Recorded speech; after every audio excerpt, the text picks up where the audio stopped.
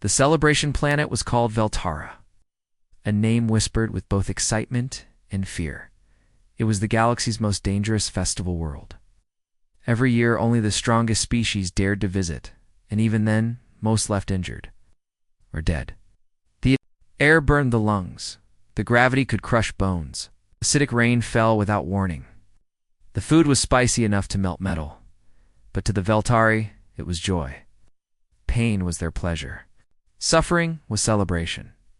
This year invited the new species, humans, and every alien thought, they won't last an hour. 1. Arrival of the unbreakable guests, the Veltari High Host. Zartek stood at the platform, his long black robe blowing in the wind. His two tongues licked the dry air as the human ship landed. They think they are ready, Zartek whispered to his assistant, a small gray alien with twitching eyes. They are not. Ship's door hissed open. 5 humans stepped out. One had a beard and sunglasses. Another wore a t-shirt that said "No pain, no party." The leader, a woman named Captain Mara, smiled and waved. "Hello, party people," she shouted. Shaltek blinked slowly. Why were they smiling already? 2. The gravity welcome. The first test came right away. The gravity field, Vel. Terra's gravity was nearly 3 times stronger than Earth's. Most visitors fell to their knees within seconds. A tall alien from the Targon species collapsed. Behind the humans, crying in pain. But the humans? They cracked their necks, rolled their shoulders, and started walking slowly, but proudly. One human, Sergeant Dax, grinned. Leg day every day. I like it. Another Private Juno laughed. Feels like Earth after leg press and no breakfast.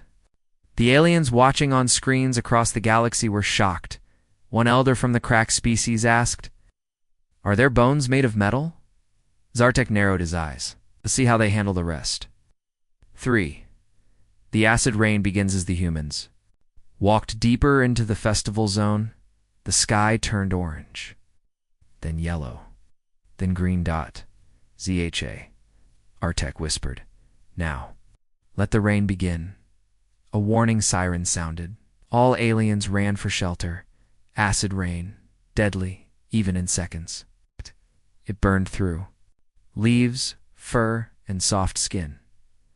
But the humans? They stood still. One opened his mouth and tasted a drop. Sour, tangy, like lemon soda. Captain Mara pulled out a plastic poncho. Rain jacket time, people. The team put on simple Earth gear, cheap clear plastic. The rain fell harder. Steam rose around them, but they walked forward, laughing and making jokes. Aliens watching from hidden screens gasped, "Why aren't they screaming?" Asked a young Veltari, "Why are they smiling?" Zartek's hands tightened. This is not possible. For the fire dancers by evening, the festival had begun. Creatures danced on flames. Fire whipped through the air. Music boomed low. Painful tones that made alien hearts beat wrong. The humans walked into the fire circle a dancer. Made of molten stone, dared one of them to enter. Private Juno stepped up, cracked her knuckles, and jumped into the flames. She screamed, not in pain, but joy. Woo. It's like Vegas on a hot day. She twirled, rolled, and even high-fived the lava creature. Her boots melted slightly. Her shirt caught fire. She stomped it out, laughing. We gotta do this back on Earth. Aliens watching couldn't believe it. Do they enjoy pain? One whispered. Joutek shook his head. No, they celebrate it. 5. The Feast of Blades at midnight. It was time for the Feast of Blades. The traditional Veltari meal was a challenge. Food so sharp it cut the tongue. Spices that made eyes bleed. Drinks that boiled the blood. Aliens often took one bite and quit. ZHAR-Tech watched as the humans sat down. Knives, swords, liquid fire. Everything was served. Mara picked up a glowing cube of meat, sliced it with a jagged blade, and popped it in her mouth. She blinked once and said, "Tastes like ghost pepper jerky." Dax burped after downing the molten drink. That's got a kick. Private Juno coughed smoke. I think I'm crying. But like in a good way, alien chefs dropped their trays. The kitchen staff ran out, thinking something had gone wrong. But the humans kept eating. The high host whispered, "They're not just surviving. They're enjoying this." 6. The windstorm to Stafter. The feast came the night challenge. The storm zone. Veltari winds were like razors. Only 2 species had ever survived a full minute standing in the open storm field. Zartek offered the humans a chance to skip it. Captain Mara looked at the slicing wind, smiled, and said, "This reminds me of Chicago in winter." The team walked into the storm. Blades of wind ripped across the field. Cameras caught blood, torn shirts. A man's hat flew off and cut a metal pole in half. But the humans kept walking. They linked arms, shouted jokes, danced in the wind. 1. Sang a human song. "I'm singing in the pain. ... Just singing in the pain." The Veltari elders nearly fainted. "They're not warriors," whispered one. "They're monsters wearing smiles." 7. The realization by morning. The humans sat around a hot pit, drinking warm black liquid. Coffee, they called it. ZHAR Tech approached, holding a ceremonial blade. "You have passed every challenge." Mara stood. Thanks for having us. "You do not fear pain," he said. Mara raised an eyebrow. "Fear? We make games out of it," Zartek asked. "Why celebrate danger?" She looked at her team. "Because Earth trained us. Fires, storms, wild animals. Earth didn't coddle us. It forged us. If we can survive home, we can survive anywhere." Zartek stepped back. "You are not guests." "No," Mara said, smiling. "We're the party." 8. Aftermath. The galaxy reacts across the stars. Alien leaders watched the footage. Some fainted. Some called for new research. On the planet Krexanine, a general said, "If humans enjoy what breaks us, how do we defeat them?" On the ice world Tharla, a queen asked, "What else have they turned into games?" On Veltara, Zartek changed the ancient scrolls. From that day, the festival had a new rule. If humans attend, no species is expected to match them, they thought. The humans were weak, soft-skinned, unarmored, smiling too. Much. But what was lethal to others, ... was just fun to them, and that more than their strength, more than their weapons, ... terrified the galaxy. The galaxy held its breath again after what humans did on the celebration planet. The galaxy didn't know what to expect anymore. They had laughed through pain, danced in fire, and treated death zones like playgrounds. It had shaken every species, but that was only the beginning. This time, the humans were heading to a place even the bravest warriors avoided. The volcanic world of Mulvara, a place no one returned from whole. Mount Desric, the unclimbable giant Mount Desric, wasn't just a volcano, it was a warning. The air turned to poison halfway up. The stone itself was so hot it could melt metal. The lava glowed blue, a sign of extreme heat. The summit was called the Silent Throne, because those who reached it never screamed. They simply fell. Even the Veltari who had survived. Acidic storms and fire festivals refused to go near it. For thousands of years, only one rule existed. No creature climbs Desrock and returns unchanged. But the humans? They wanted to camp on it. The warning, the one now assigned to all human-related matters, the Veltari diplomat Zartek, begged them to stop. He met them before departure, standing in front of the human shuttle with 2 guards. "And a translator drone? This isn't a test," he said firmly. "This mountain doesn't care how strong you are. It kills everything." Captain Mara, leader of the human group, just smiled. "We brought something special." She said. ZHAR Tech tilted his long head. "Special gear." She pulled out a plastic bag. Inside were soft white puffs. "Marshmallows," she said. 1. The climb begins at sunrise. The humans arrived at the mountain's base. The air shimmered with heat. The lava at the top lit up the early sky like a second sun. Alien monks, cloaked in heat-resistant armor, stood far back. They began chanting farewell songs. The monks believed the humans would die quickly, But the humans didn't look nervous. They looked excited. Sergeant Dax adjusted his backpack. Feels like Yellowstone back home. Just crank the heat up a little. Private Juno pulled out a metal stick. Got the chocolate and crackers. Zartek couldn't believe it. We're bringing snacks to a death mountain? Not just snacks, Juno grinned. We're making s'mores. 2. The path of fire, the lower trail was black stone, jagged sharp. Step-release steam bursts from the ground. One alien drone flew overhead to record them and melted within seconds. The humans? They walked carefully, making jokes. Specialist? Ray tapped his boot on a hot rock, still holding strong. Good thing we tested these during lava drills in Hawaii. Juno laughed. Earth really is a training ground for danger. Aliens watching the live stream across the galaxy stared in horror. They're walking through death like it's a theme park. 3. The sulfur zone halfway up, the real danger began. Thick green clouds of gas floated across the path. One breath could kill a Tharnox beast in 5 seconds. Even the Veltari monks wore triple filter masks, the humans. They tied simple cloth bandanas around their mouths. Dax rubbed some paste on his filter. Old army trick mint oil. Clears. The sinuses. Mara adjusted her sunglasses. Smells like candy now. Let's keep moving. The monks watching fainted in disbelief. Why are they smiling? One whispered. Why aren't they screaming? For the fire pools just below the summit, lava lakes bubbled on either side of the path. The rock glowed red underfoot.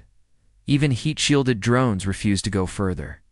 Juno dropped a marshmallow near a bubbling pool. It instantly caught fire, turned black, and floated away like ash.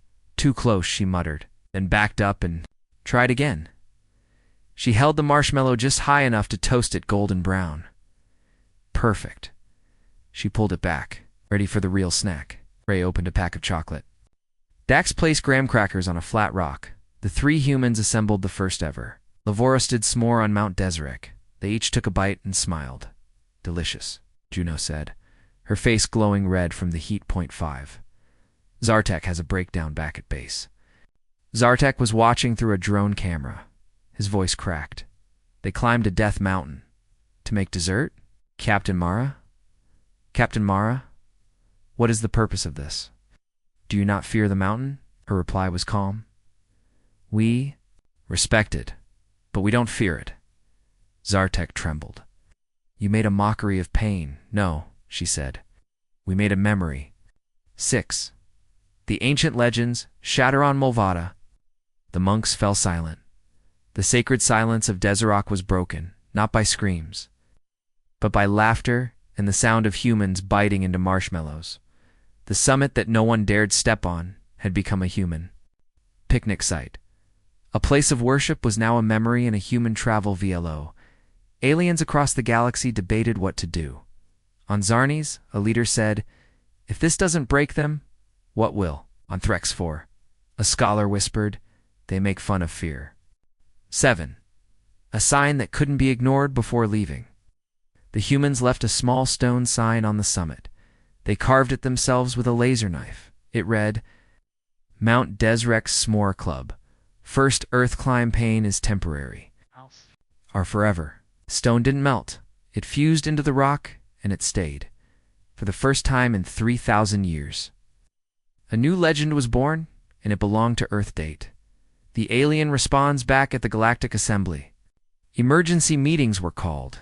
A scientist from the Hydraxians asked, are humans immune to fear? General from the Ironborn said, they're not immune. They enjoy what kills us. Philosopher added, we pray when we suffer. They joke. We fall. They roast marshmallows. Some suggested banning humans from sacred sites. Others suggested studying them or avoiding them forever. But Zartek said something different. They don't mock pain. They master it. They sent humans into fire. The humans made snacks. They sent them to death. The humans turned it into a memory. What was sacred became silly. What was feared became fun. They didn't fight the volcano. They didn't fear the heat. They smiled, they cooked, and they walked away. And that, more than any weapon, scared the galaxy the most. The place that broke minds there. were places in the galaxy that frightened even the bravest. The hallucination caves of Rilger 7 were one of them. They weren't deadly because of monsters. They didn't kill with fire or acid. They shattered the mind. Anyone who entered experienced vivid visions, memories, fears, nightmares, and sometimes things that weren't real at all. Entire squads had gone in, and only pieces of them came back. It's not physical pieces, mental ones. They would scream at invisible shadows, cry when nothing was wrong. Some never spoke again, and no one, in thousands of years, had ever laughed inside the caves. The human requests, but after roasting marshmallows on volcanoes and dancing in death storms, the humans asked to try the caves. Not all of them, just one. The briefing on the orbiting station above Rilger 7.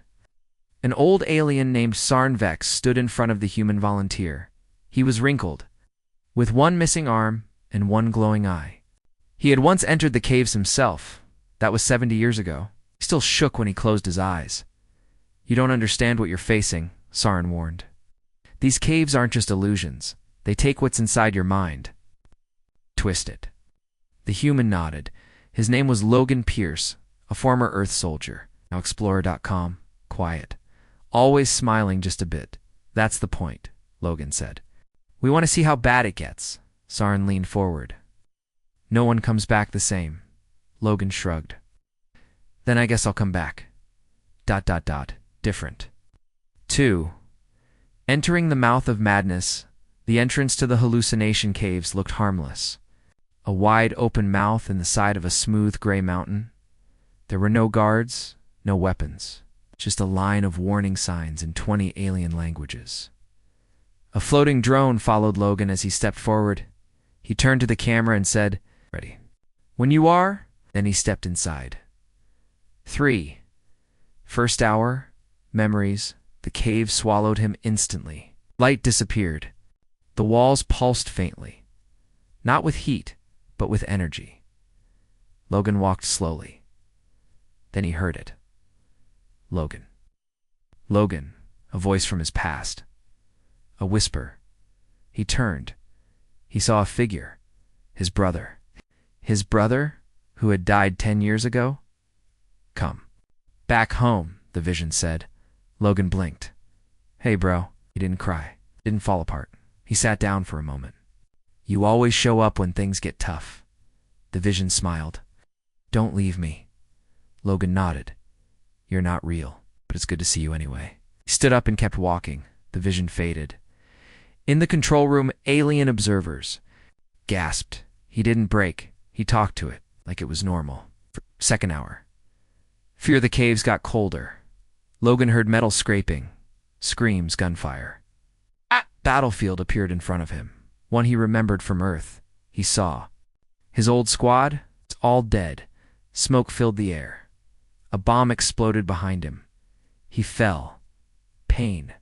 Fire, voices yelling. Run. Everyone's gone. Logan, help me. He sat up slowly, breathing hard, shaking. Then he laughed. Softly at first, then louder. You even remembered the bad coffee, he said to the illusion. He stood up. Nice detail. And walked through. The battlefield vanished. A younger alien watching screamed. Sarin Vex leaned forward. No, he's controlling it. 5. Third hour. Madness. Now, the cave showed him impossible things. A hallway made of mirrors that showed him as a monster. A room where gravity flipped. He floated upside down, watching a version of himself cry on the ceiling. 100 doors, all leading back to the same place, in voices. So many voices.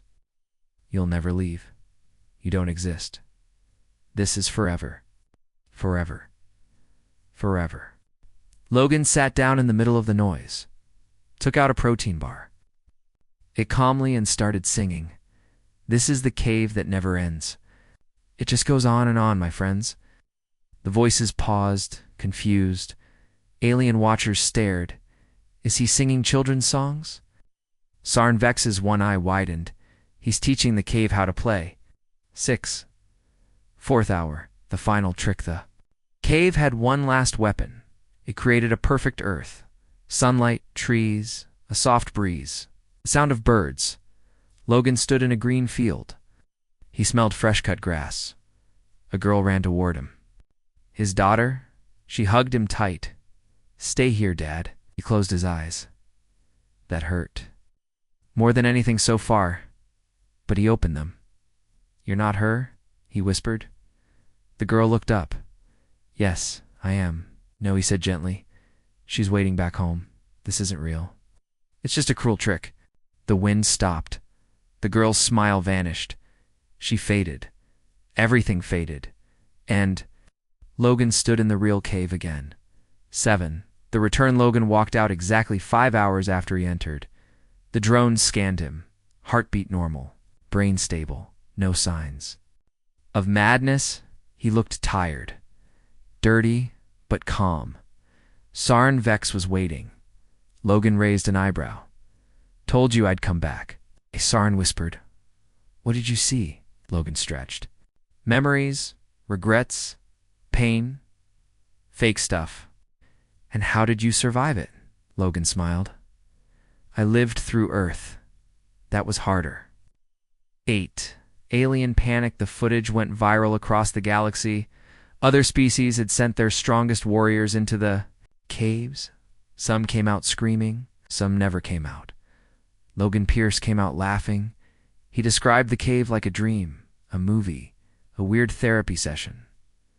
"On Varney's 12, philosopher cried, they don't fear what breaks us. They study it." Graxia, a scientist, warned, "If pain doesn't stop them, and mind games don't break them, what does?" On Rilger 7, Sarn Vex made a public statement. The cave tried everything. He made jokes. He sang songs. He named his fears and walked through them. "I thought nothing could be more terrifying than the cave. I was wrong." Terrifying thing is a human with nothing left to fear. 9. The message. Before leaving Rilger 7, Logan placed a message near the cave entrance. A simple metal sign. It read, "I came. I saw. I hallucinated. Thanks for the therapy session. Logan Pierce. Human." Below it, in smaller words, "Fear's a mirror. We just smiled at it." They sent him in alone. The cave showed him pain, regret, loss, terror. He sang through it. He laughed at it. Fed on it like firewood. The cave broke minds. But this human, he broke the cave. Now the galaxy knows you can take the human out of Earth, but you can't take the Earth out of the human. That ... terrified them more than the cave ever could. The poison banquet crossed the galaxy. The Varnock were famous for their hospitality and their deadly cuisine. Their food wasn't just hot, it was toxic. Their sauces could burn holes in metal. Their drinks were banned on 16 planets. Spices caused hallucinations, nosebleeds, sometimes spontaneous internal combustion in softer species. They called it the Red Banquet. It was part tradition, part test. Only the most respected guests were invited. No outsider had ever finished a full meal. Most couldn't even take a single bite. So when the humans were invited, the Varnak expected screams, vomiting, and quick exits. They didn't expect. What happened next to? Suspicious guests. The Varnak banquet hall was built from black bone and stone. Glowing red lights floated in the air. Its guest was assigned a servant, a spit bucket, and a med-dash drone. Ambassador Grakthal, a tall, spiked-covered Varnak with burning yellow eyes, stood to greet the humans. 5 arrived, dressed in simple, formal clothes. One even wore sandals. "Humans," he said in a growling voice. "Welcome to the Banquet of Flame." Captain Mara, now known across the galaxy, smiled. "We're honored to be here." Grakthal studied her. "You're kind, survived Deseret. Endured the hallucination caves. But this..." He nodded to the table. "This is different." She looked at the sauces bubbling on the table. "It looks like salsa night on Earth." 3. The first course. Fire fruit. First course arrived. A small pulsing fruit, red, glowing slightly. It sizzled as it touched the plate. The Varnak host explained, One bite causes most species to lose vision. Some go blind permanently. You may refuse. Human Private Juno picked one up. She sniffed it. It smells like ghost pepper and grapefruit. Goo! Not, Grakthal started. She bit into it, paused, chewed, then smiled. Not bad. The other humans tried it. One coughed, another winced. Dax laughed and took a second one. Across the room, Gluck's diplomat fainted. 4. Second course bloodfire broth, dark red soup. Boiling even in the freezing hall, was poured into stone bowls. Grakthal narrowed his eyes. This broth has ended wars. We serve it only to enemies, lovers, or the dead. Captain Mara blew gently on hers. Steam rose. A spark hit her face. She didn't blink. She took a sip. Eyes widened slightly, then she nodded. That's got a kick. The others followed. One hiccuped flames. Ray grinned. Is this what dragons? Drink? Dragons, Grakthal asked. Earth thing, Mara replied. You'd love them. Alien guests began whispering. They're not just eating it. They're enjoying it. 5. Third course crystal firecrackers. The third dish looked innocent. Tiny white crystals. Ow! But one grain could burn through steel. A Varnak servant placed the dish on the table. From a distance, no utensils were provided. This is meant to be consumed by direct tongue contact, Grakthal warned. If you value your lives, you will skip this course. The humans looked at each other. Juno leaned forward. This feels like the cinnamon challenge, but hotter. She licked the smallest crystal. There was a pop, a flash of light, and she laughed. Oh, that was awesome. Dax leaned forward. Dare me? Captain Mara raised an eyebrow. 10 credits says you tear up. Dax licked 2. He screamed, then high-fived Juno. Totally worth it. The Varnak guests stared, speechless. 6. The spicy drink molten breath. Now came the drink. A black glass was placed in front of each human. Inside, liquid that sizzled and smoked. The drink was alive and angry. It had been known to melt throats and ignite lungs. A medic drone floated nearby, ready to act. Mara raised her glass. Grakthal stepped forward. I must insist, she drank. Her face flushed. She coughed once, then exhaled a puff of smoke. Whew, she said. That's like tequila mixed with lava. Ray took his turn. Reminds me of a drink we call regret. Aliens began. To panic, they've turned pain into pleasure, one whispered. They're redefining fear. 7. The final dish, the death sauce no one had ever finished the red banquet. The last item was a sauce made from pure Varnak fire root, a living plant that screamed when harvested. It was illegal on most worlds, but Grakthal brought it out personally, a glowing red bowl. Smoke rising, stone around it cracking from the heat. This, he said, is the flame core. Only my ancestors have tasted it. He looked at the humans. If you eat this, you will not leave whole. Mara dipped a piece of bread into it. Worth a shot, she said. She took a bite. Time seemed to stop. Her eyes watered, her nose ran, then she coughed. Once, twice, laughed, and said, I need this on pizza. Dax dipped his finger in. Feels like betrayal. Tastes like victory. 8. The alien reaction across the galaxy. The footage of the banquet was spreading. Species known for their resistance to pain were silent. On Zarn Prime, the Fire Eaters held an emergency meeting. On Vexer, an alien chef threw away his recipes in shame. On Threx 8, warriors began training their tongues. And on Earth, humans started a new online trend. Hashtag Alien Hot Sauce Challenge 9. What the Varnak? Learn it after the banquet. Grakthal walked alone with Mara. Why do you do this?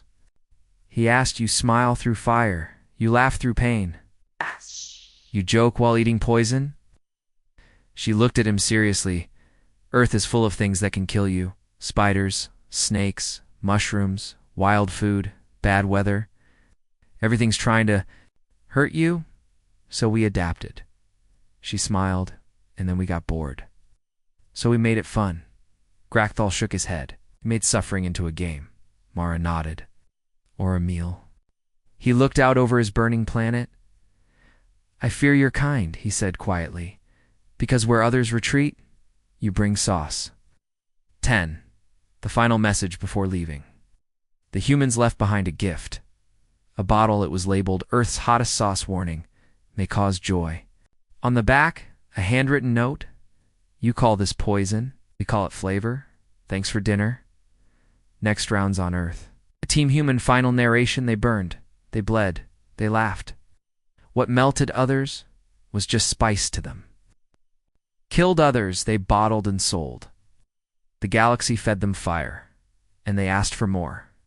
Because humans don't run from the heat, they marinate in it, and that, more than anything else, it's terrified the galaxy. The frozen wasteland of Alorth planet Yulor was known by one name across the stars: the Mind-Killer. It wasn't because of monsters, it wasn't because of radiation, it was because of the cold. Not ordinary cold, not even space vacuum cold. This was living cold, a temperature so low that thoughts slowed, muscles froze mid-movement, and even machines began to fail. Yulor's cold seeped into your soul, whispered fears into your brain, made you see things, hear things. Whole armies had vanished here, frozen in place. Their final expressions locked in terror. The Von Dominion once used Elor as a prison planet. Now, the Talrix coalition was using it as the next test, and they invited the humans. No one expected them to survive too. The warning as the human shuttle approached, warnings were broadcast. Temperature at surface, -213 Celsius. Cognitive functions degrade within 20 minutes. Recommended survival time: 6 minutes. Do not attempt extended exposure. The Talrix scientists watched from orbit, already drafting the autopsy reports. They knew what was coming: slow frostbite, madness, and silent death. But then, the humans stepped out of the shuttle. Wearing parkas, carrying crates. Laughing 3. First. Steps on Ice Lieutenant Parker was first to step out. His boots crunched on the glassy surface. Breath formed a vapor cloud that hung in the still air. "It feels like Minnesota," he said. Private Kayla followed, holding a box labeled rink gear. "Think the ice is thick enough?" Parker kicked it. "Thick as Earth politics?" They started unpacking crates. The Talrix observers stared confused. "No scanning equipment?" one asked. "No flame units? No thermal shelters?" The humans pulled out ice skates. 4. The ice rink in the heart of the frozen death field. The humans cleared a space. They marked a circle.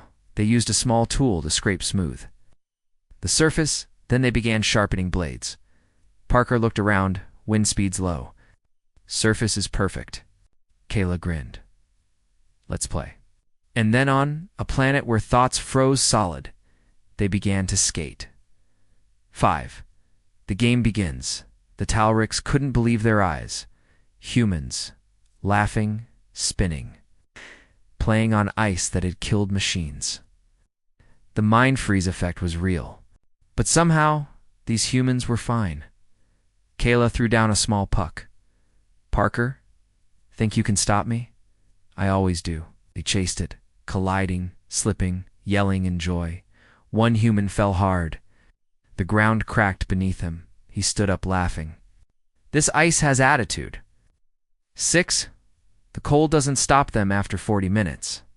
The Talrix called down. "Warning. Human activity must cease. You've exceeded all safe exposure limits." Kayla replied. "Thanks.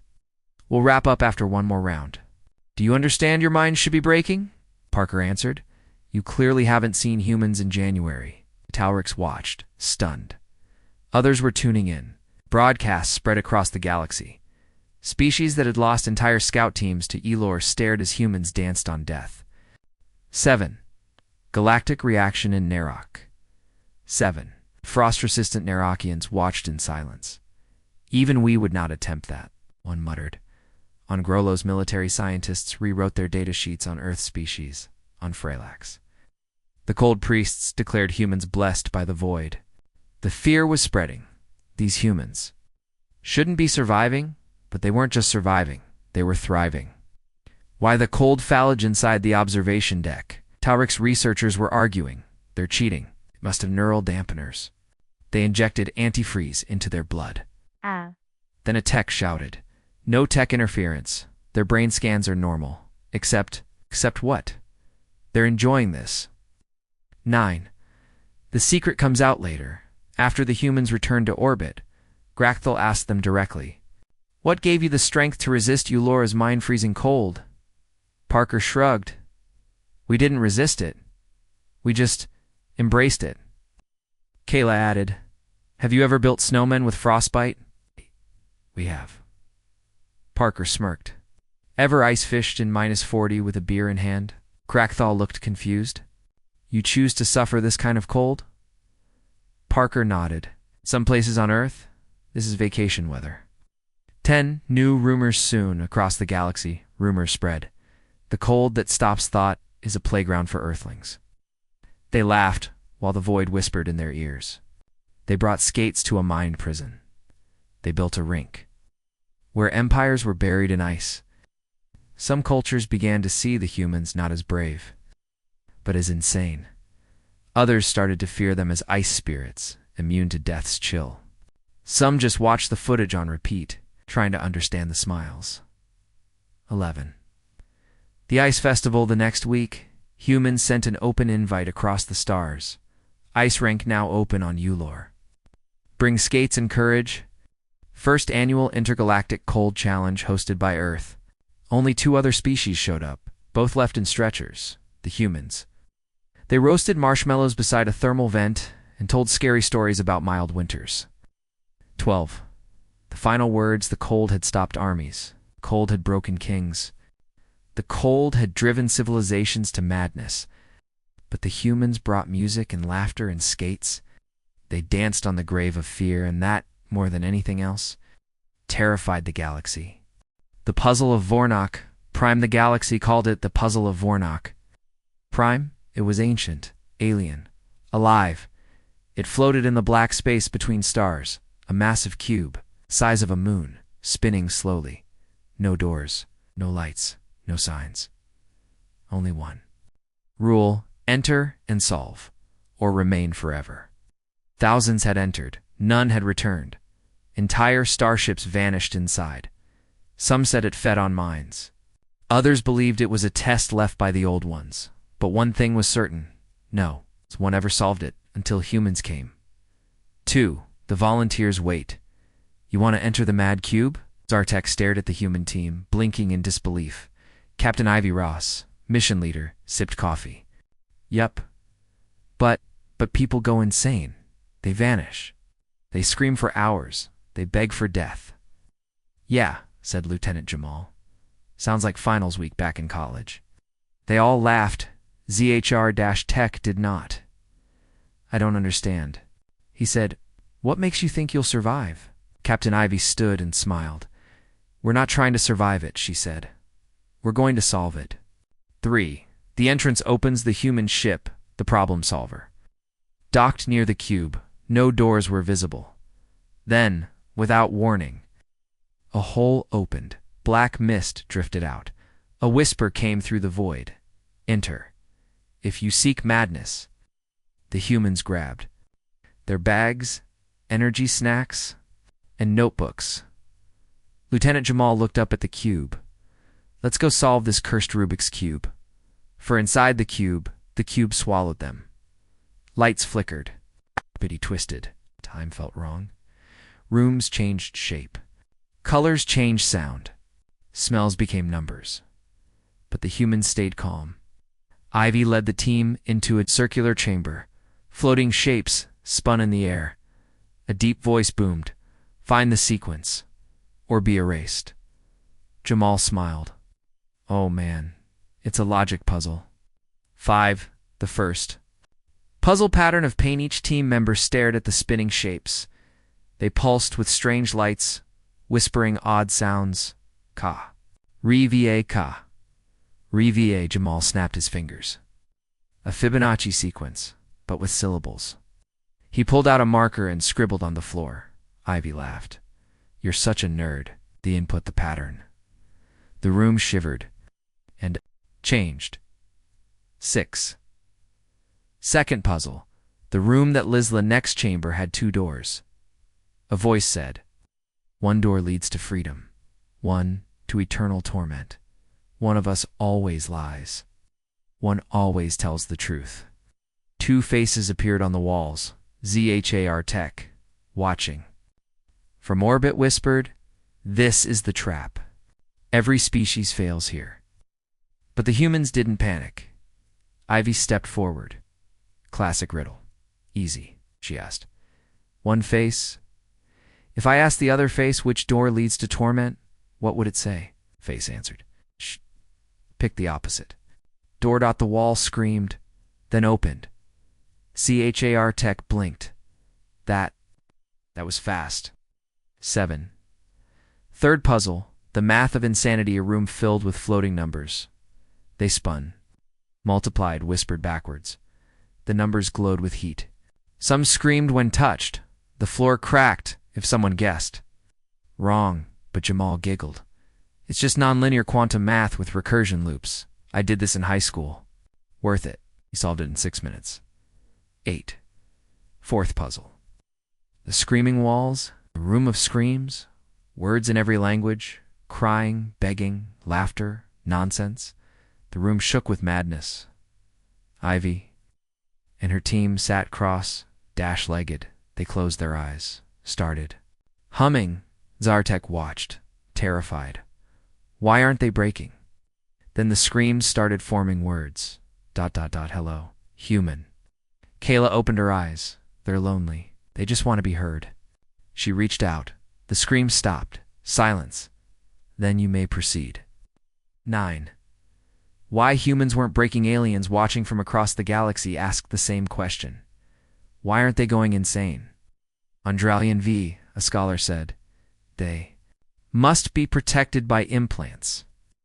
On CR Tok, a priest said, they are already broken. But one elder of the Malari said, no, they play with madness, like fire in their hands. 10th puzzle, the impossible choice to buttons. Red and blue. Push red, you die. Push blue, one of your team dies. Push nothing, all die. The team stood silent. Ivy stepped forward. No games. We push red together. They all placed their hands on the red button, no hesitation. They pushed. Nothing happened. Instead, the voice echoed. Humans. Illogical. You passed. 11. The final chamber, the last room, was quiet. At its center was a small, glowing cube, about the size of a child's toy. Inscribed on it were words in hundreds of languages.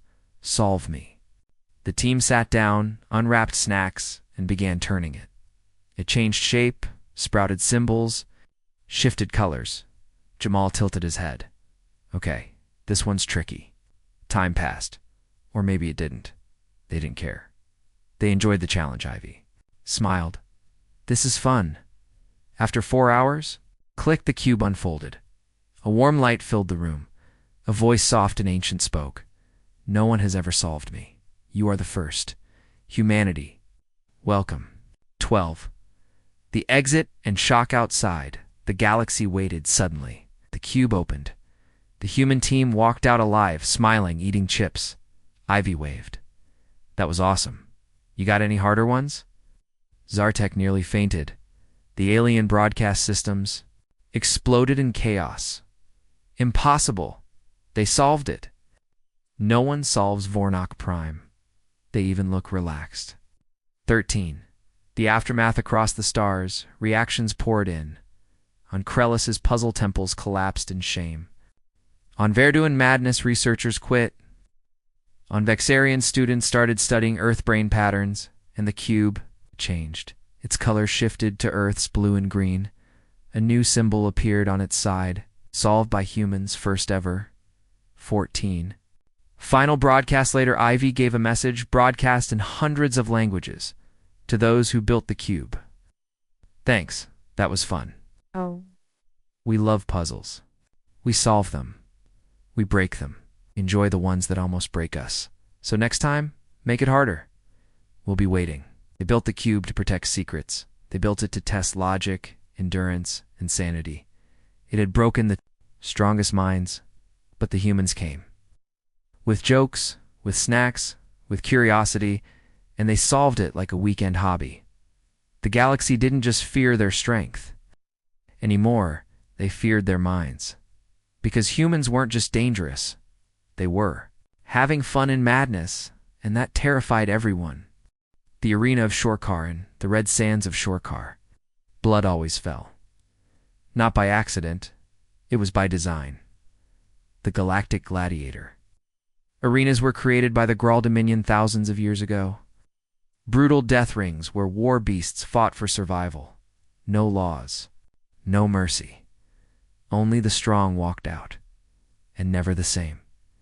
Even elite alien soldiers entered with fear. Because in the arena, the only rule was win or die. And now, humans had arrived too. Put them in Grawl Commander Krax, a towering six-limbed. Reptilian general watched the small group of Earthlings with a frown. There too, soft, he hissed. His advisor, a squid-like tactician, wobbled. They requested to enter. Fools, Krax growled. They'll be torn apart in minutes. He turned and pointed to the gatekeeper. Put them in. 3. The human team enters. The gate opened. Out stepped Team Earth, 6 humans in light armor, grinning like kids on a field trip. At the front was Captain Shane Lewis, former rugby player turned planetary scout. Beside him, Maya, a parkour runner. Nick, a marine turned firefighter. Lena, a street brawler. Trent, a circus performer. And Doc Ramos, a trauma surgeon who just liked the thrill. No swords. No guns, just smiles, gloves, and attitude. For the crowd laughs across the arena. Aliens filled the seats, cheering, laughing, throwing bets. They won't last a minute. They'll beg for mercy. But the humans, they waved at the crowd. Nick winked. Lena blew kisses. Shane cracked his neck. All right, team. Let's stretch. Warm-up lap. And they started jogging. Yes, jogging. The crowd went silent. 5. The first opponent's A-gate. Opened. The first monster stormed in. Gorvax the Scullator, 8 feet tall. Tusks, venom glands, claws that sliced titanium. It roared. Nick grinned. Ooh, big puppy. Lena tapped her gloves. Time to dance. Gorvax charged. The humans didn't run. They dodged, rolled, flipped. Maya jumped off a wall. Somersaulted over Gorvax's back and slapped it. Tag, you're it. 6. Something changed. Krax frowned. This isn't. They're not fighting. Like soldiers. The squid advisor whispered. They're playing. 7. Human rules begin. Lena shouted mid-fight. New rule. If you get hit, you're out. Trent called back. What's the prize? Winner picks dinner tonight. Suddenly, it wasn't a death match, it was a game. They weren't just surviving. They were competing with each other while dodging a war beast. Doc Ramos kept score at 8. Gorvax defeated. By confusion after 10 minutes, Gorvax collapsed, exhausted. Dizzy, confused. It hadn't been stabbed. It hadn't been shot. It just gave up. Shane patted its side. Good try, buddy. Then gave it a snack. The crowd didn't know whether to cheer or run. 9. Round 2. The twin shredders, 2 cybernetic monsters, entered next. Spinning blades, acid breath. Rocket fists, the announcer shouted. Now they die.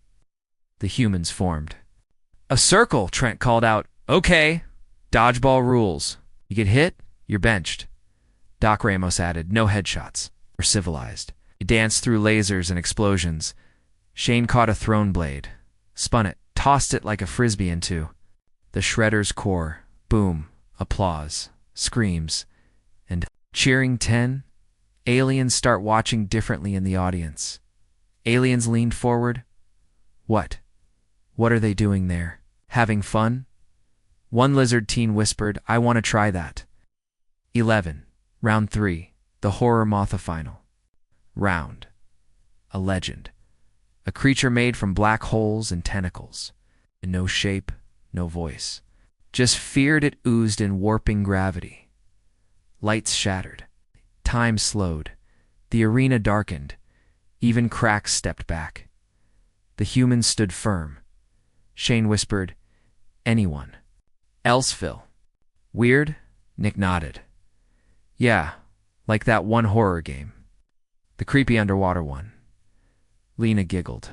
SCP vibes. Then Shane grinned. "All right. Final challenge. Survive with style. Winner gets bragging rights for life." 12. They beat fear, the horror, mall-warped reality. But the humans? They adapted. Maya ran on walls that bent sideways. Trent flipped through frozen time pockets. Doc. Ramos shouted medical terms that somehow disrupted the creature's thoughts. They laughed. They danced with fear, and then they beat it, not by killing it, but by confusing it so much, it fled. The horror maw, eater of champions, ran away. 13. Aftermath, Earth's new title. The arena fell silent, then erupted. Cheers, confetti, aliens banging drums. Earth, Earth. Cracks stood frozen. They didn't fight like warriors. No, the squid whispered. They fought like players. 14. New galactic sport within weeks. Copies of the human game spread. Parkour combat on Krellin Moon's gladiator dodgeball on Harnack stations tag with monsters on the war planet Kesselaven.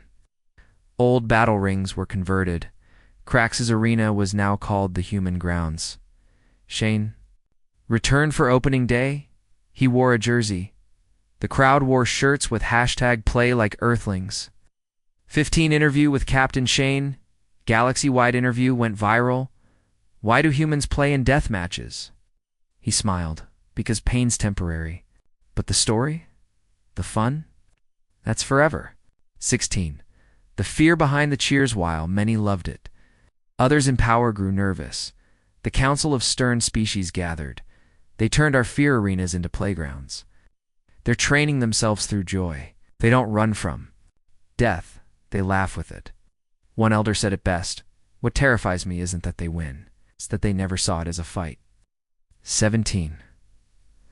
One final quote, graffiti, appeared across hundreds of star systems. Spray-painted in glowing earth. Script, pain is a challenge. Survival is the game.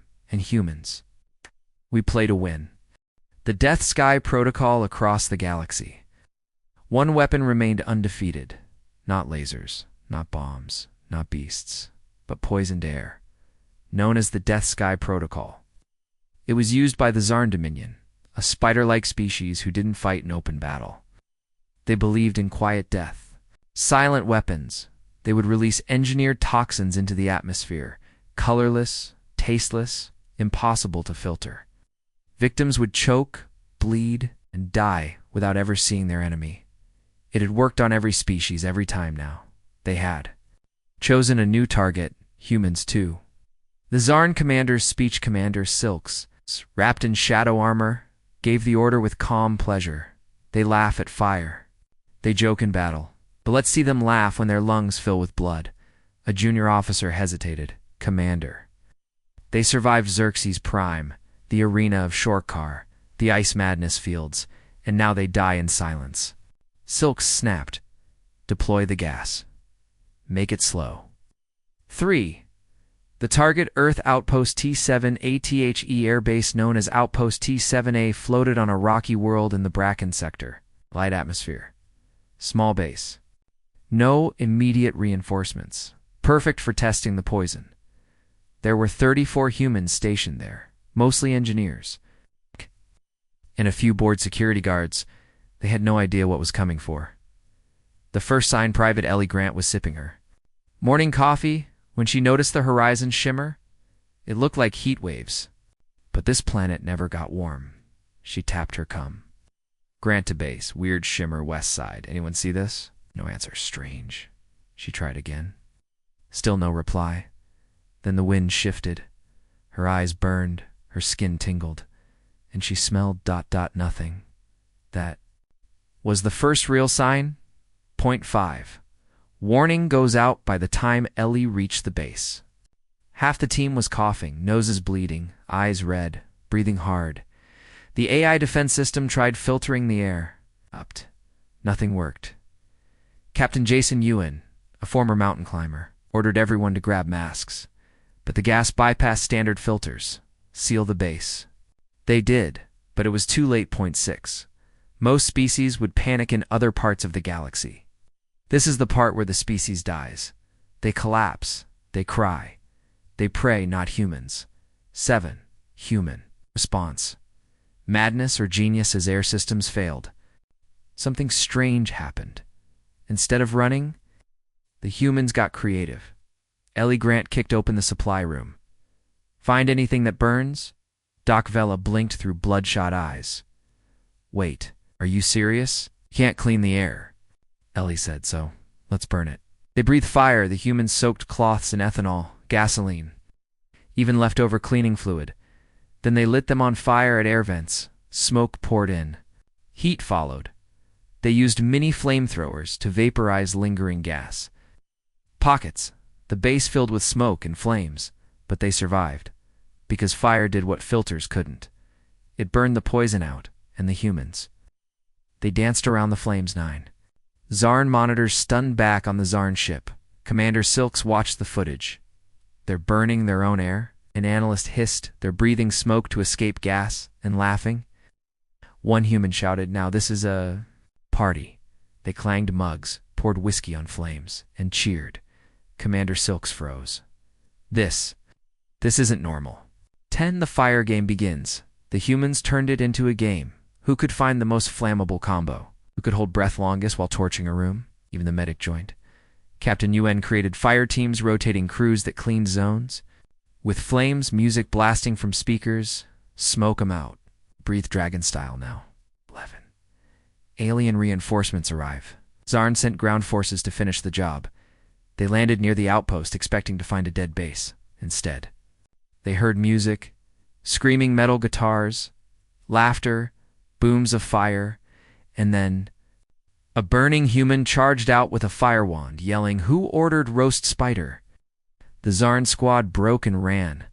One never stopped running. Point 12. Galactic broadcast. Goes viral. A scout drone caught the footage.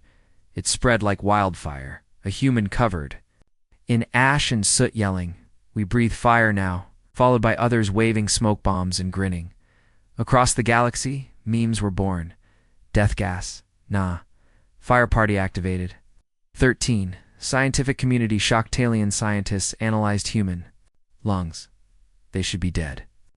They inhaled fire particles, carbon dust, and pure alcohol vapor.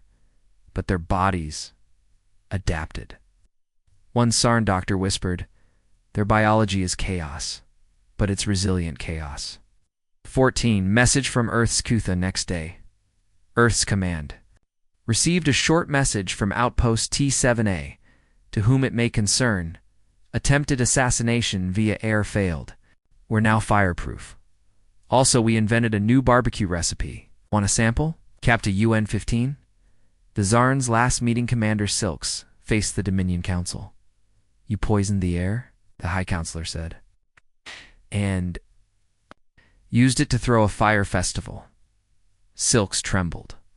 "I do not understand these creatures." The Counselor nodded slowly. "That's the problem. None of us do." 16. Fire festivals spread soon. Humans across colonies started their own version of the Fire Breathe Festival.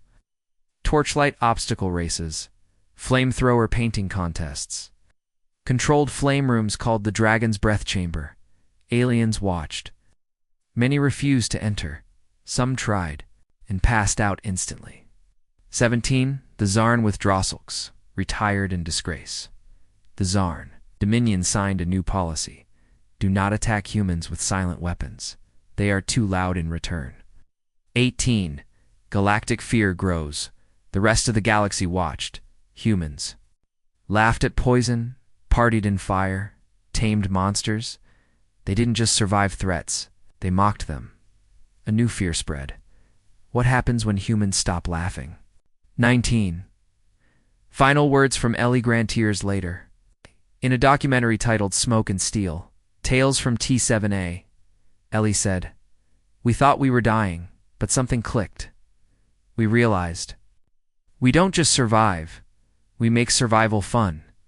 We breathe fire because why not? 20 graffiti on T7A walls burned into the metal wall of the base. Blackened by fire but still readable. Earth's air burns hotter than yours, and so do we. 1. The verdict from the stars. The alien high. Council sat in a circle of floating seats. 12 elder species who ruled with logic, tradition, and caution. And today, for the first time in galactic history, they had gathered to declare an entire species insane. Earth is a danger to itself, croaked the Venax elder. Their actions are irrational. Their pleasures are lethal. Their soldiers laugh through pain. This is not natural. The decision was unanimous. Humans were officially labeled galactically unstable level red. Was supposed to be a warning, but it felt more like a dare. 2. Earth's response. A smirk. When the declaration reached Earth's ambassador, Maya Trent, she raised one eyebrow, then smiled. Insane, huh? Took him long enough. The video of her laughing at the council went viral. Galactic reaction. Confused horror. Earth's reaction. Merchandise launched.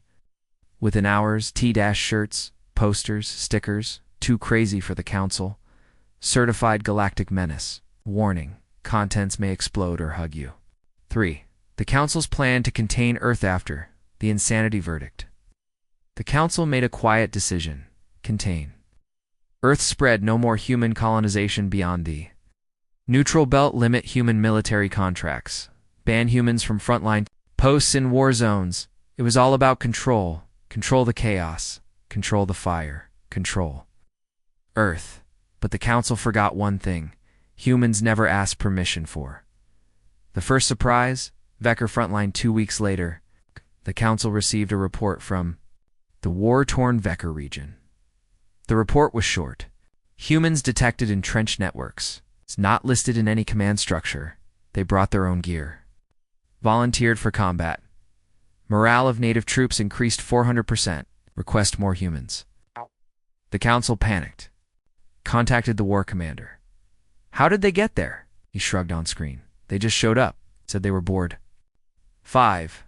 The second surprise. Ice moon defense then came. Emergency call from the Yowler ice moon, where freezing storms killed most species in minutes. The defenders had been losing ground for months until a group of humans arrived, wearing thin jackets, laughing, skating on ice with guns in hand. They built a snow fort, turned laser drills into sleds, and created something called Arctic Warfare Dodgeball.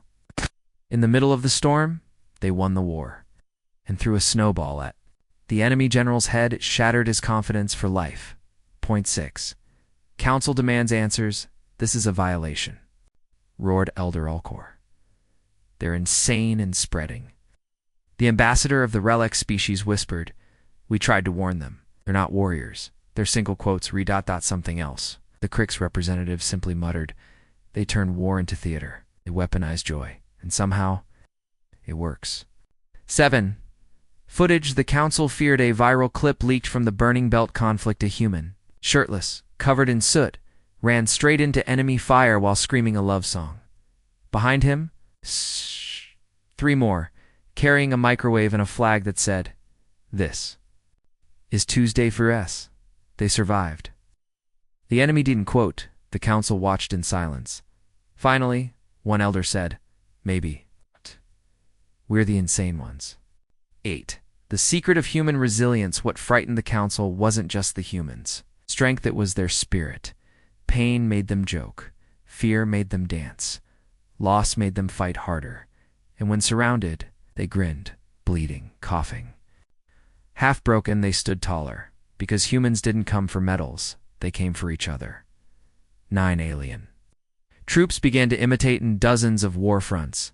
Alien soldiers began copying humans, wearing lucky socks, playing music in trenches, painting their armor with jokes. One commander of the Drex said, I used to fear death. Now I laugh with humans and I fight better. I don't know why, but it works. 10.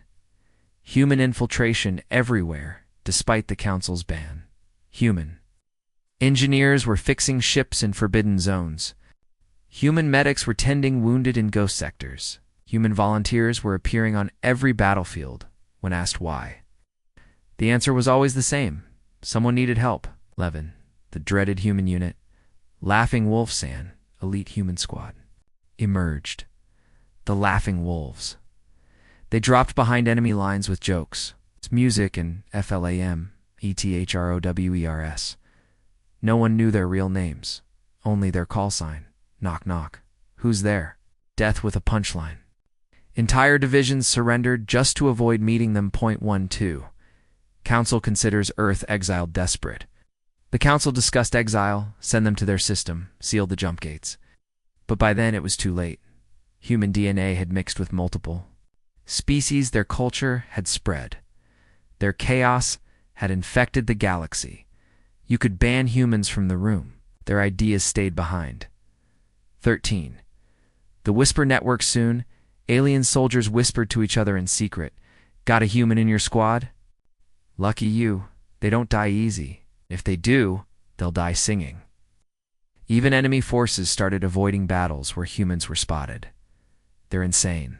Don't fight them. They'll turn it into a game. 14. Councils. Final attempt. Peace offering a final act of desperation. The Council sent Earth a proposal. Cease deployment. Return to borders. We'll grant you neutral status. Earth's response?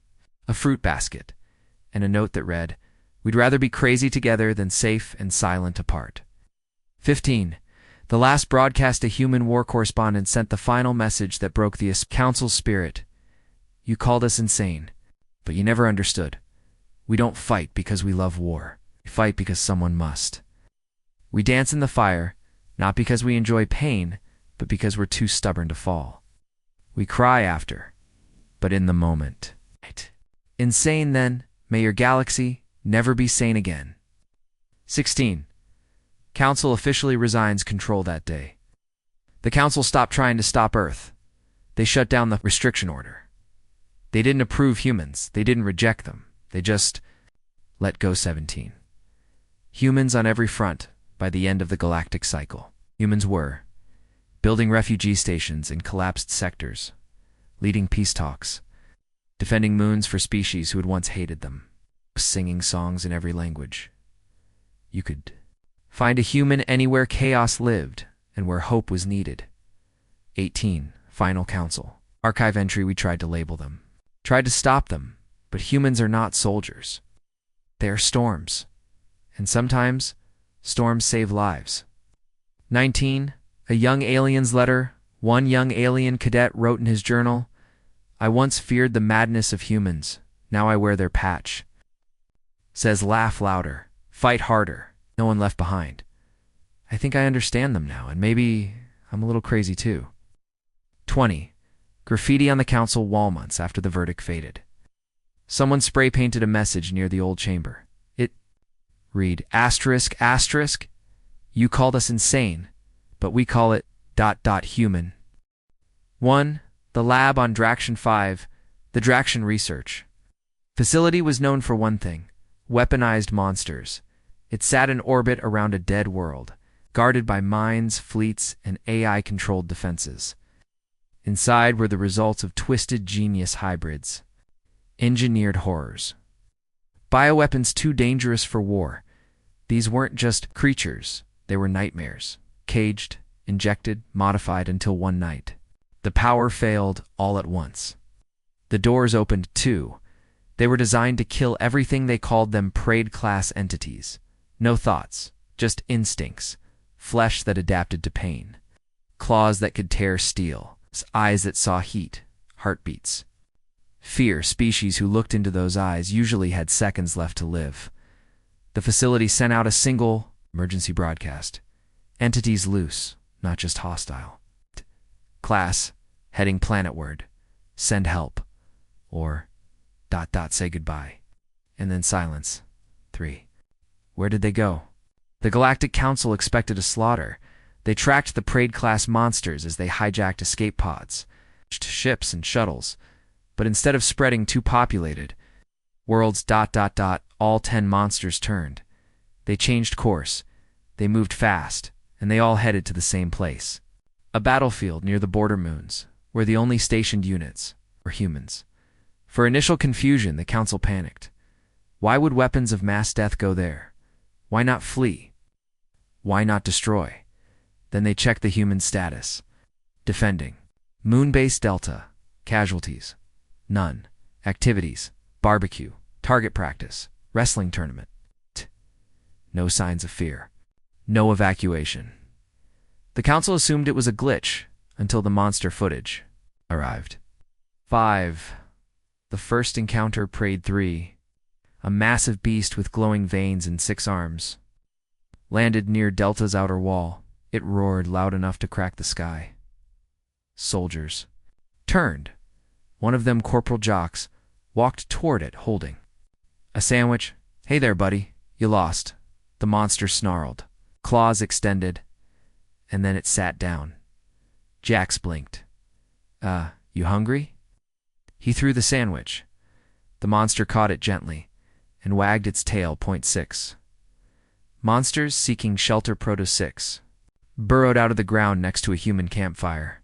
Privately screamed, and then stared. The creature looked afraid.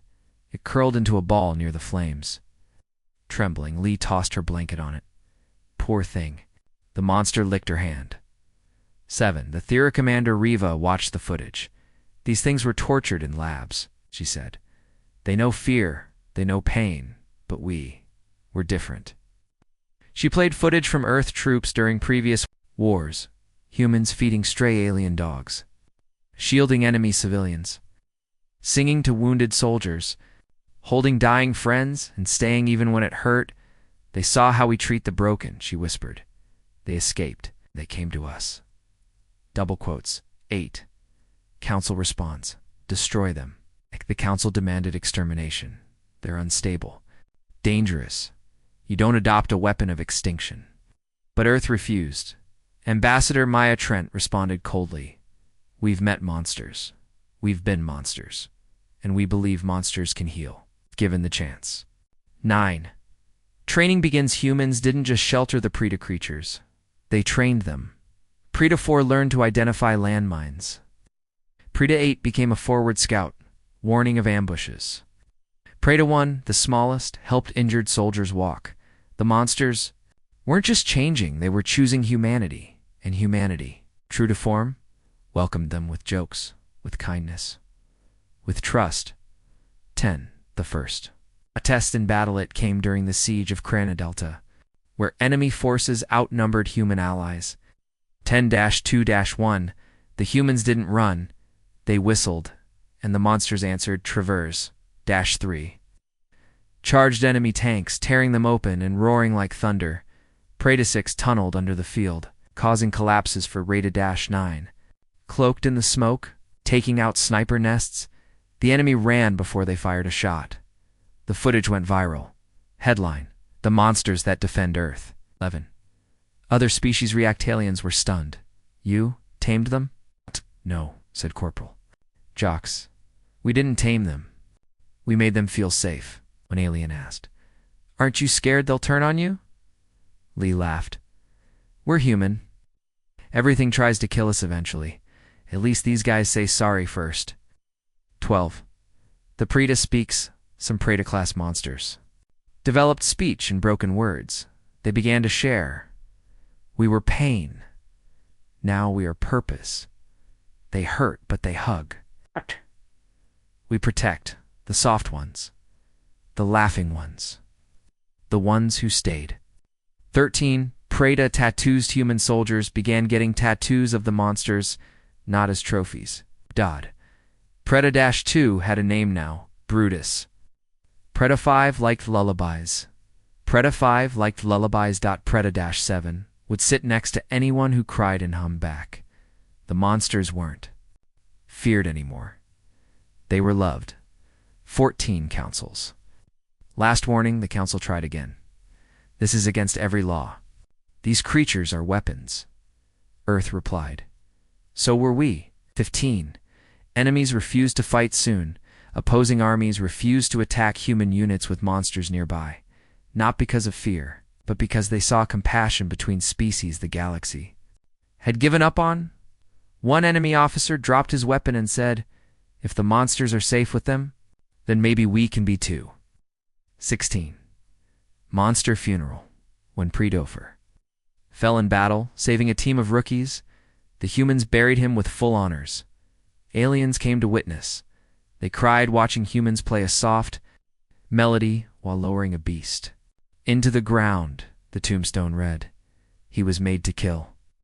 He chose to protect. That made him one of us." 17. Earth's new motto. The Earth military updated its code. Old, no one left behind. New, no one unloved. 18. Adoption records explode across human colonies. Applications soared. Can I train a Preta? Do they eat socks? My kid wants to ride one to school. Earth had turned war beasts into companions, and in doing so, sent a clear message. You called them monsters. We saw hurt children in sharp armor. 19. Final broadcast from Draction 5. The ruined lab was found by a human team. Inside, walls still had blood, tools of torture, broken cages, and one message scratched into the wall and jagged. Monstrous claw writing. We broke free, not to kill, but to find. The laughter. 20. Council's final statement. Faced with undeniable proof, the Council issued a final bitter statement. Earth has once again defied logic. They befriended the unfriendable, saved the unsavable, and welcomed the galaxy's darkest secrets with open arms. We do not understand them, but perhaps that's what makes them human. 21. Words from a human child during a peace conference. Small human child hugged a Preta 1 unit. She whispered, "You're not scary, you're just sad. Want a cookie?" The monster wept, and the room did too. 2. Final graffiti on the wall scrawled, "Across a galactic fleet ship, by unknown hands, what you call monsters, call family." 1. The Forbidden Feast. The planet Ravan was beautiful. A paradise on the surface, oceans like liquid sapphire, trees that shimmered like glass. The locals, a delicate avian species called the Mir, guarded their world fiercely, but they had one rule: never eat the red fruit. Not raw, not cooked, not at all. It wasn't superstition, it was poison. Even a drop of its juice could send most species into seizures.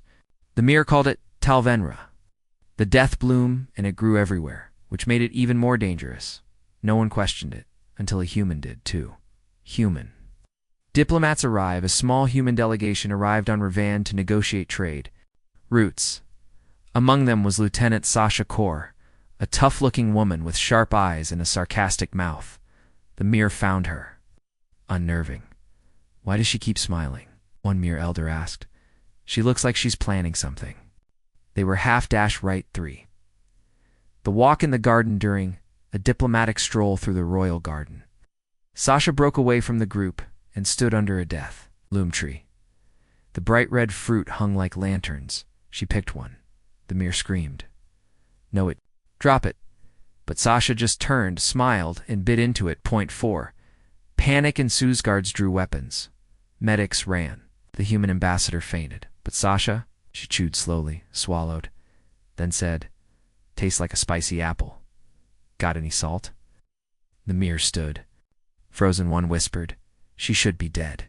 Another gasped, "She's not even sweating." 5. Medical tests. The Mir rushed Sasha to their labs. They drew blood, ran scans, waited for her to collapse. She played with the scanning machine and asked for snacks. After 3 hours, the lead scientist, Dr. Planix, stared at the results in disbelief. "She neutralized the toxins," he whispered. "No, ... Her body burned them, turned the poison into fuel." Sasha grinned. "Told ya, I've eaten worse. Once had gas station sushi back home." 6. The secret of the fruit DR. Planix explained the deeper horror. This fruit wasn't always poison. It evolved to protect the planet. When invaders came, the trees spread faster, creating a biological barrier. It kills anything it doesn't recognize, Sasha blinked. So, the planet tried to kill me and failed. He nodded slowly. Exactly. She looked thoughtful. Neat. 7. Council reaction. The footage of Sasha eating the death bloom spread like wildfire. Galactic Council headlines: Human eats planet's defense system. Death fruit becomes human snack. Ravan poisoned. Human ate it anyway. Some alien species called it fake. Others called it suicide. One scientist declared, either she's lying or she's not human. The human simply shrugged. That's Sasha. Don't give her a dare unless you mean it. Repeating the test to confirm the impossible, Mir invited other humans to try it. 10 volunteers stepped forward. 8 bit into the fruit and suffered mild stomach aches. 1 vomit, but the last 2, it asked for seconds. 9. The realization the Mir elders met in secret. This isn't just resistance, one said. It's adaptability. Their biology welcomes danger, another whispered. This is how they survive death worlds. They don't just endure threats.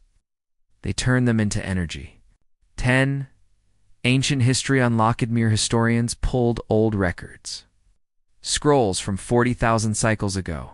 They told stories of red-skinned giants who ate the death bloom freely. Monsters from a far system. The text called them the children of suffering. They were dismissed as myth until now, because humans matched the description. 0.11. Sasha's side effects back on the human ship. Sasha developed a glowing tint in her veins. Rapid muscle regeneration. Temporary vision in infrared. I'm fine, she said, while bench pressing twice her body weight. The medics weren't sure if she was evolving or just really weird. 12. The experiment expands. Scientists across the galaxy started asking, what else can humans survive?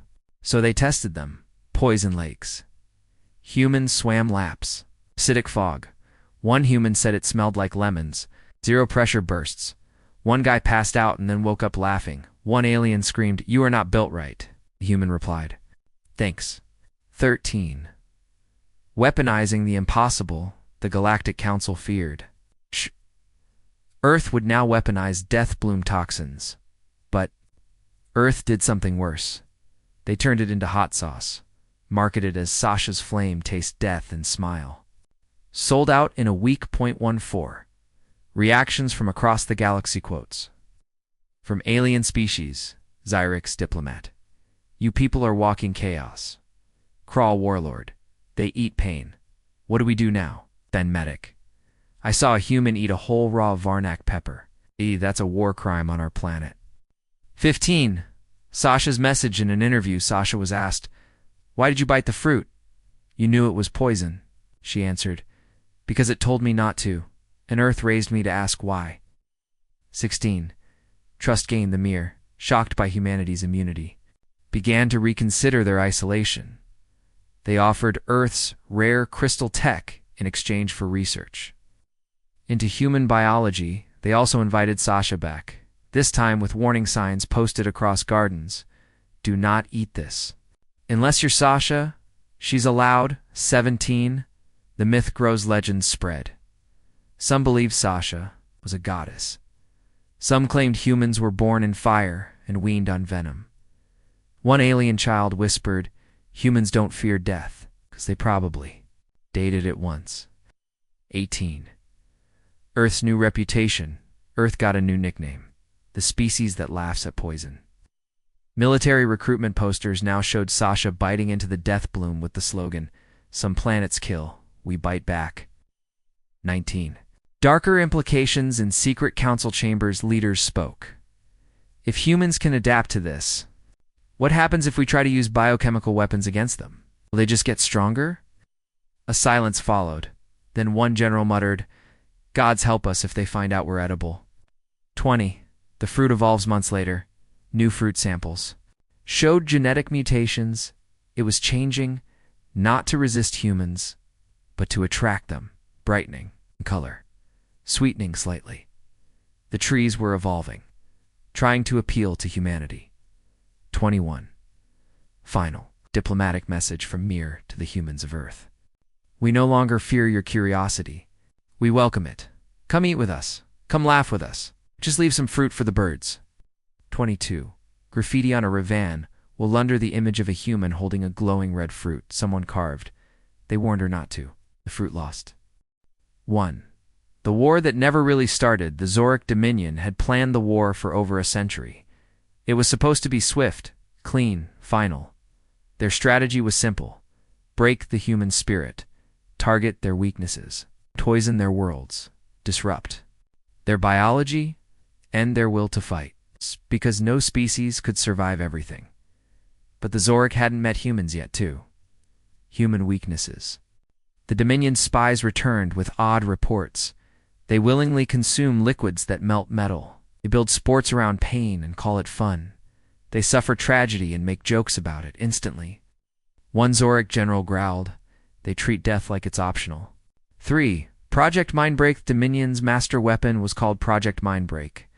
It was a psychological warfare bomb. It would project visions of each target's worst fear, force them to relive trauma until they surrendered or died. It had broken 10 empires, so they dropped it on a human military. It's base on the edge of Orion's reach. Then they waited for screams. What they got was laughter, for a human reaction. That's it. Private Marcus screamed once.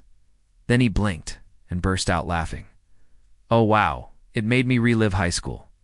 I forgot how awkward I was. Beside him, Sergeant Ellis stood up and said, "Mine showed my divorce. Honestly, I've had nightmares scarier than that." The entire unit gathered, shared what they saw, and rated the trauma bomb. 4 out of 10.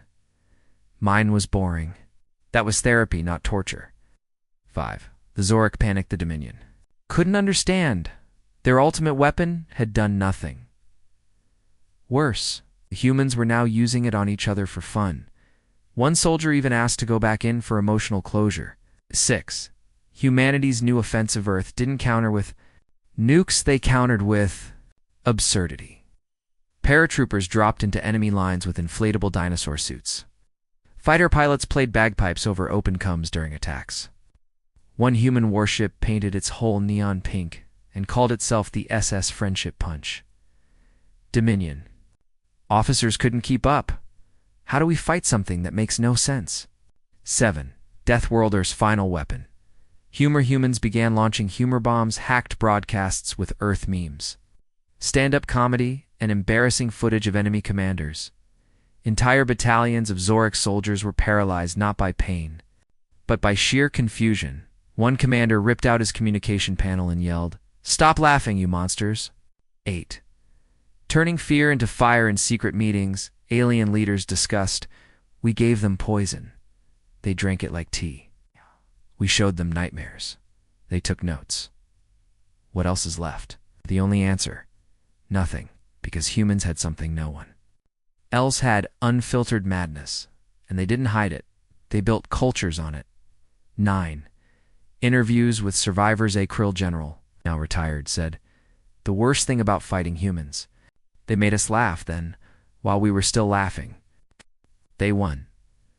A captured human sniper was asked, "Why do you smile before you shoot?" She answered, "Because I already know I'll win." The smile's just for style. 10 Earths. Greatest weapon, was it their ships? No, their tech. No, it was the human brain, full of sarcasm, madness, resilience, and imagination. They didn't just survive, they made survival an art. 11. The Zoric's last move desperate. The Dominion launched a full-scale invasion of Earth. They sent 1,000 ships to the surface. They expected surrender. Instead, they landed during a music festival in Australia. The Zoric were met by loud music, dancing, fire-breathing jugglers, and a guy in a kangaroo suit shouting, "Oi, you want to go?" The aliens turned back before reaching the second stage. 12. The official Galactic Declaration. The Galactic Council released an official statement. Effective immediately, Earth is not to be provoked, invaded, or challenged. We don't understand them. We don't want to. 13. Humanity's closing message. Earth broadcast one final message. You sent monsters. We made friends. You sent pain. We made parties. You sent nightmares. We turned them into bedtime stories. You tried to break us and we enjoyed it. Good luck trying again.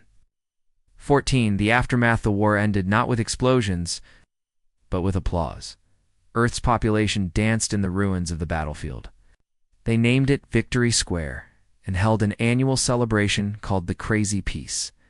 Aliens visited just to watch humans be human. Some were horrified. Most were amazed. One young alien asked, "Why aren't humans afraid of anything?" Old Terran beside him said, "Oh, we are. We just don't let it stop the party." 15. Earth's new to Tydlon official maps.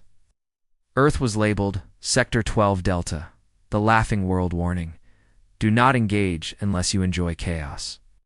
16. Final words of the Zoric warlord. The defeated warlord wrote in his memoir, "I planned for everything, guns, ships, tactics. But I didn't plan for a soldier to moonwalk across my battlefield.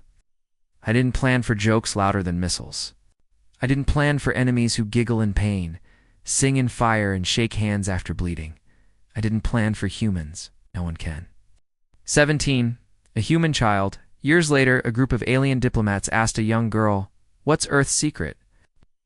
Blinked, then smiled and said, "We don't like losing. But if we do, we make the loss look cool." 18. Closing scene. Earth at night. The Earth glowed in the dark skies alive. Loud and laughing.